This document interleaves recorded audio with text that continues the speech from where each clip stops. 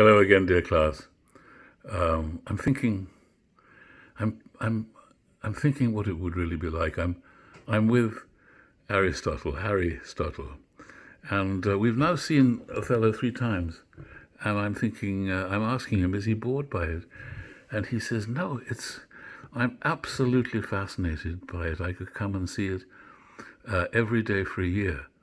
And I said, oh, I think it won't be playing every night for a year. I'm sorry about that. Anyway, I walk him up to the Thames River and along the Thames, and sit him down on a bench and keep his back to Southwark and the ant heap of houses and people that he finds rather upsetting.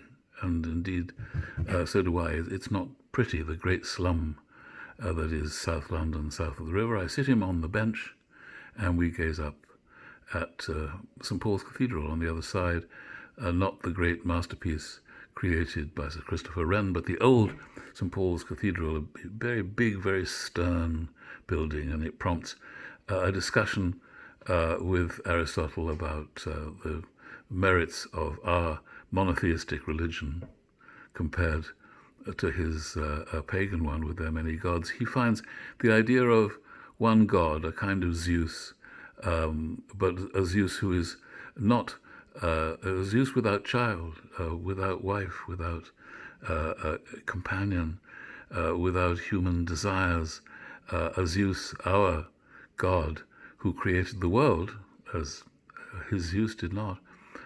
He finds our God to be a rather lonely abstraction, a rather unhuman kind of religion, and I have to admit I see what he means. I follow that. So when I lead him back gently to Othello and what he's thinking now, I find that he is coming around to the virtues of William Shakespeare, and he's saying that Shakespeare really is a brilliant fellow. I'm absolutely fascinated by the way in which he's devised this story as a story of two tragic heroes. And I say, oh, is it? And he says, yes, of course. Othello, his tragedy is his pride, his self-belief, which blinds him to the mistakes that a foreigner might make in a foreign country, no matter how successful he is, a kind of mercenary who has climbed to the very top but hasn't noticed that he still brings disqualifications and disadvantages with him as a foreigner, and that is his flaw, and his ability to ignore that, or his desire to ignore that, is his hubris. And Iago is much the same. He is damaged by his inability to accept the qualities in his chief, in his leader, that will oblige him to look elsewhere, to look at someone other than him for the lieutenancy. And Iago's inability to reconcile himself to that leads him to plot revenge against a man who he has fought for and whose life he's perhaps saved, and who he has adored as a great leader, and from whom he has expected favors. And then when he finds he doesn't receive them, this is translated into rage, which is a terrible fault and flaw to have. And his hubris is to think that he can get away with this plot, which ultimately he can't.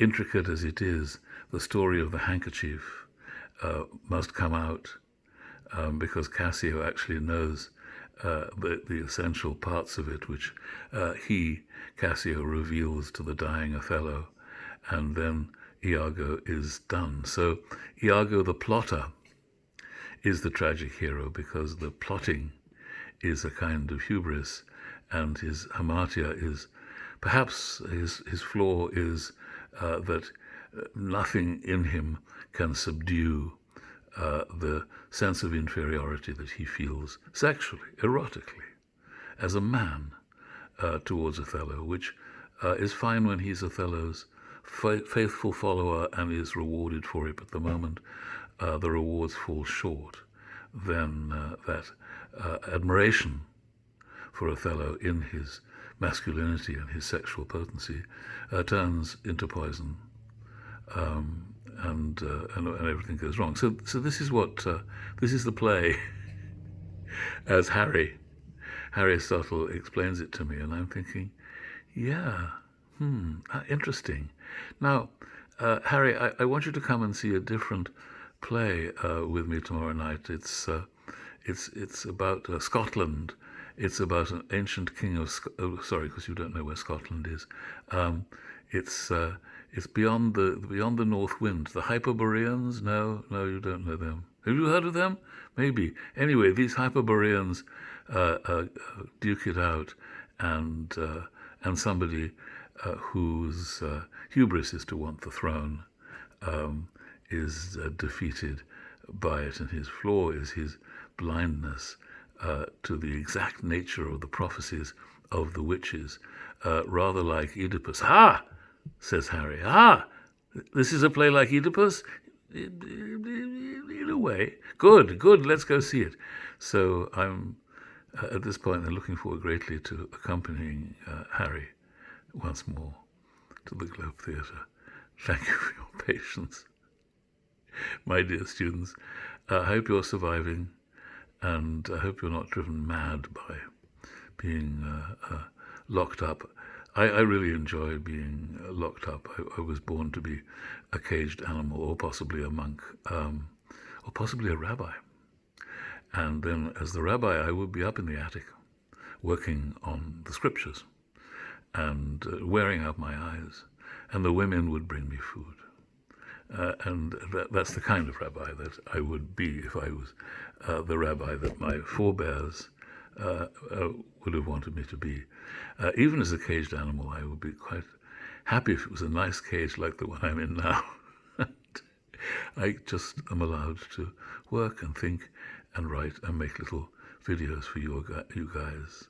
This is a very pleasant life. I hope we meet again soon. Bye-bye, my dears.